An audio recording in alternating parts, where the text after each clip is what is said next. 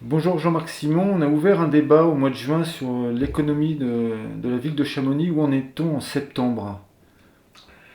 Oui, bien d'abord, à quel titre est-ce que je parle de la dette de la commune de Chamonix? Pendant 20 ans, j'ai consacré mon énergie à organiser et à développer les remontées mécaniques de la vallée.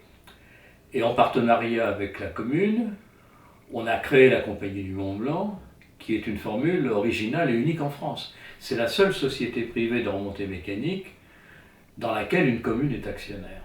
Et je crois qu'en faisant ça, on n'a pas appauvri notre vallée. Maintenant, j'ai passé la main à la génération suivante, qui est très compétente. Par conséquent, les remontées mécaniques, ce ne sont plus ma préoccupation. En revanche, je vis ici à Chamonix. Et j'aime cette vallée. Et j'ai de l'ambition pour elle. Et puis, à mon âge, on pense aussi aux jeunes générations. Et au cadre, non seulement naturel, qui est absolument formidable, mais aussi au cadre financier de la vie quotidienne qu'on leur laissera et qu'on pourra leur procurer. Or là, la dette de notre commune est un vrai problème, parce que ça réduit ses marges de manœuvre et ça ne lui permet pas de développer de façon ambitieuse les ouvrages et les services publics. J'ai collaboré pendant longtemps avec la collectivité et un certain nombre d'élus actuels ont participé avec moi dès l'origine à l'aventure de la Compagnie du Mont Blanc. Alors, si j'interviens aujourd'hui, ce n'est pas pour développer des polémiques avec la commune, et encore moins pour discuter des talents ou des défauts des personnes. Non, c'est pour ouvrir un vrai débat d'intérêt public. Est-ce que on peut prendre conscience de ce que cette dette nous handicape pour l'avenir et qu'il faut la traiter? Voilà, je crois qu'il y a des moyens de le faire, et si je bouscule aujourd'hui un peu les lignes, c'est pour faire avancer les lignes dans la bonne direction. Voilà, c'est pour cela que je parle de la dette. Alors, nos premiers propos sur la dette, ils ont été bien entendus par la commune, qui a réagi de façon plutôt constructive dans son dernier bulletin municipal qui traite du budget de 2013 et où la commune aborde cette question de la dette en y apportant deux réponses. Il y en a une qui est bonne et puis il y a l'autre qui n'est pas du tout. Alors la commune donne d'abord une bonne réponse parce que pour situer le niveau de la dette et son évolution, elle reprend nos chiffres. Alors ce n'est pas une bonne réponse parce que c'est nos chiffres, c'est une bonne réponse parce que ce sont les bons chiffres. Ça veut dire quoi? Ça veut dire que la dette qui était un peu supérieure à 52 millions d'euros en 2008 avoisine 58 millions d'euros début 2013. Donc elle a pris à peu près 6 millions d'euros, 1 million d'euros par an en moyenne. Pourquoi? Parce que chaque année, on a remboursé des emprunts anciens par des emprunts nouveaux, donc on a nourri la dette par de la dette, et en plus, on a ajouté une petite rallonge d'1 million pour boucler le budget d'investissement. Alors 58 millions d'euros, ça veut dire quoi? Ça veut dire pour un ménage chamoniard de deux personnes avec deux enfants, une dette municipale de 25 000 euros. Est-ce que c'est beaucoup? Est-ce que c'est ça la question? Bon. Alors on dira qu'il y a des communes voisines plus endettées que Chamonix comme Megève. Ou on répondra aussi qu'il y a des communes voisines beaucoup moins endettées que Chamonix comme Saint-Gervais. Mais comparaison n'est pas raison. Ce qu'il faut voir, c'est quel est l'impact de ce surendettement sur les finances publiques. Mais il y en a deux. Il y a un impact qui est le risque que cette dette très lourde fait peser sur les ressources des finances publiques, c'est-à-dire sur les contribuables, et puis l'autre, ses conséquences sur les capacités d'investissement de la commune qui se trouvent très diminuées de ce fait. Alors d'abord, le risque fiscal ou le risque sur les ressources.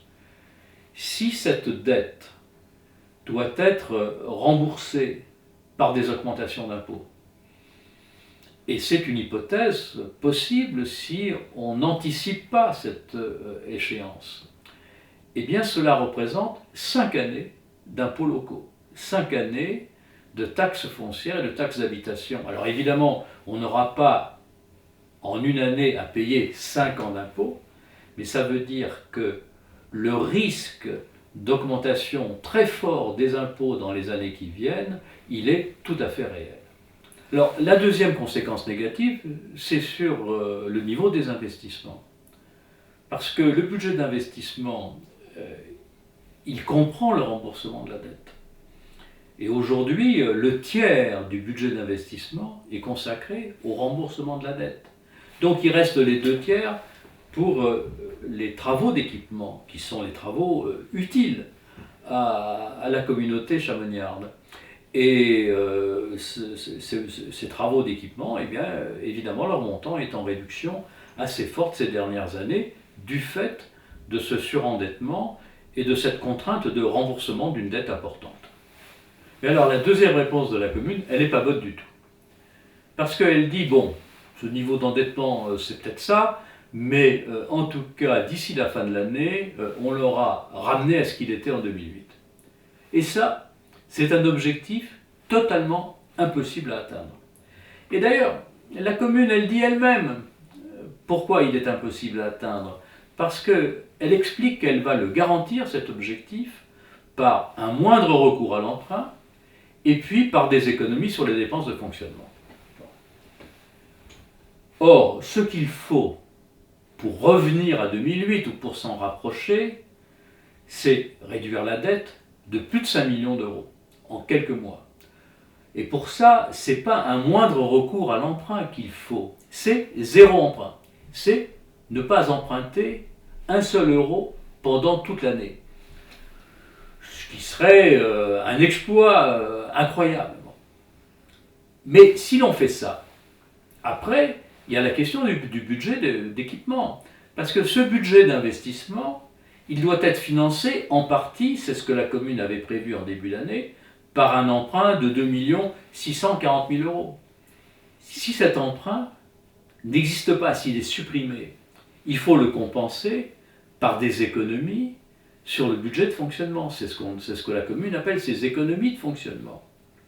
Or, économiser 2 740 000 euros sur le budget de fonctionnement, ça représenterait 10% du budget de fonctionnement.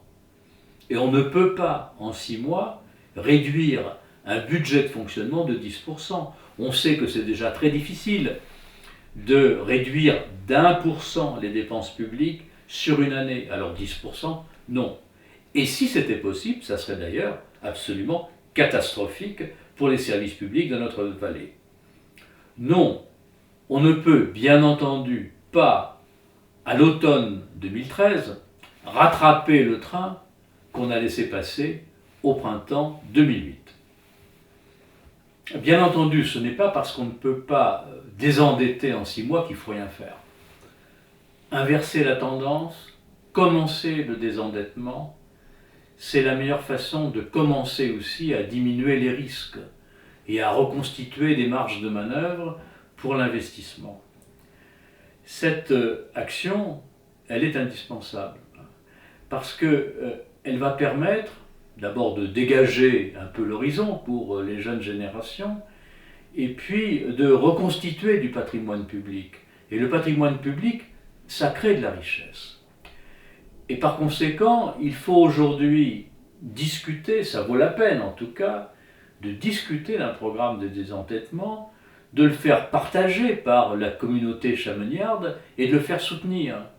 C'est un programme qui évidemment ne doit pas casser ce qui marche, mais c'est un programme qui doit anticiper et prévenir les risques pour redonner à notre vallée les moyens d'investir et de développer ses services publics.